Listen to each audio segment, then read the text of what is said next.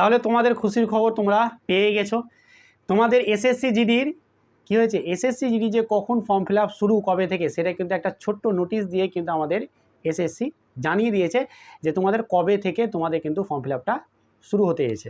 যেটা আজকেই ছিল যে ফর্ম ফিল আপ করার ডেট। আমি বলেওছিলাম যে হ্যাঁ ফর্ম ফিল আপ বেরোবে। দেখো ফর্ম ফিল আপ তো বেরোবে না, কিন্তু অবশ্যই একটা নোটিশ বলে দিল যে কি হ্যাঁ তোমাদের কিন্তু একটু ডিলে হচ্ছে। দেখো বিশাল কিছু ডিলে হয়নি, 1 সপ্তাহ মতো ডিলে হয়েছে, যেটা বলে দিয়েছে নোটিশের মাধ্যমে। ঠিক আছে, কোনো কারণ বলেনি, বাট বলেছে যে কি হ্যাঁ ডিলে হচ্ছে। এটা তো জানা গেল যে কি হ্যাঁ ভ্যাকেন্সি খুব শিগগিরই আসছে, যেটা 27 তারিখ হওয়ার কথা, যে সেখানে হয়তো আর 7 দিন লেট হলো। বাট তোমাদেরকে এটা কিন্তু একটা চেতনা দিয়ে দিল যে কি হ্যাঁ ভ্যাকেন্সি আসছে। মনের ভিতরে কোনো দ্বিধাবোধ রেখো না যে কি হ্যাঁ ভ্যাকেন্সি আসবে কি আসবে না বা কবে আসবে। ঠিক আছে, একদম এইসব চিন্তাভাবনা ছেড়ে ভালো করে পড়াশোনা করো।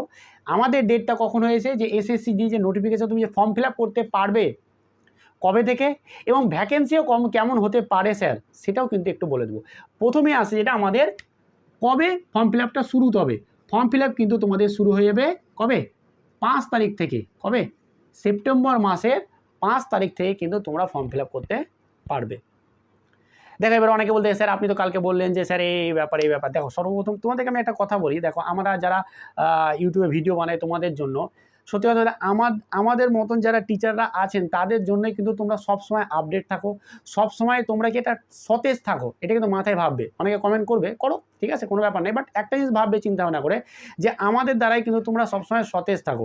আমরা যদি না করি যে কি হ্যাঁ তোমাদের এই কাছে আসছে বা এটা, দেখো আমরা তো একটা কোথা থেকে এটা বুঝতে পারছি, এতদিন ধরে তোমাদেরকে পড়াচ্ছি, কিছু তো হলো একটা এক্সপিরিয়েন্স হয়, সেই থেকে আমি তোমাদেরকে জানাই, বা আমাদের মতো যারা বড় বড় টিচার আছেন তারাই কিন্তু জানায়।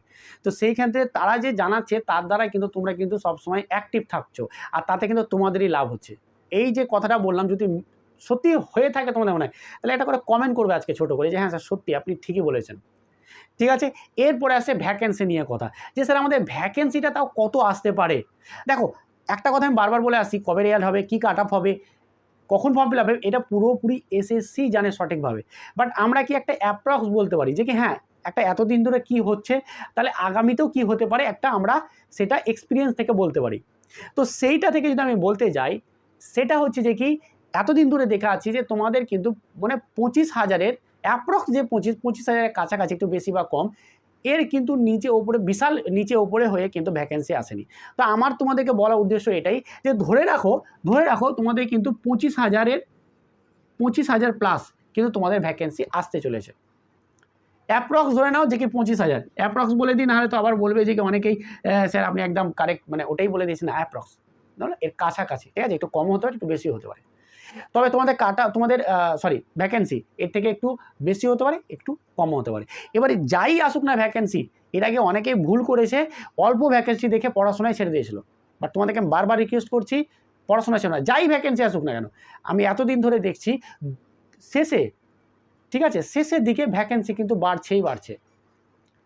তো যাই ভ্যাকেন্সি আসুক না কেন, আলটিমেট আমি দেখতে পাচ্ছি যে কি হ্যাঁ হয়তো 40+ হবেই, আর আশা করি তাই যেন হয়।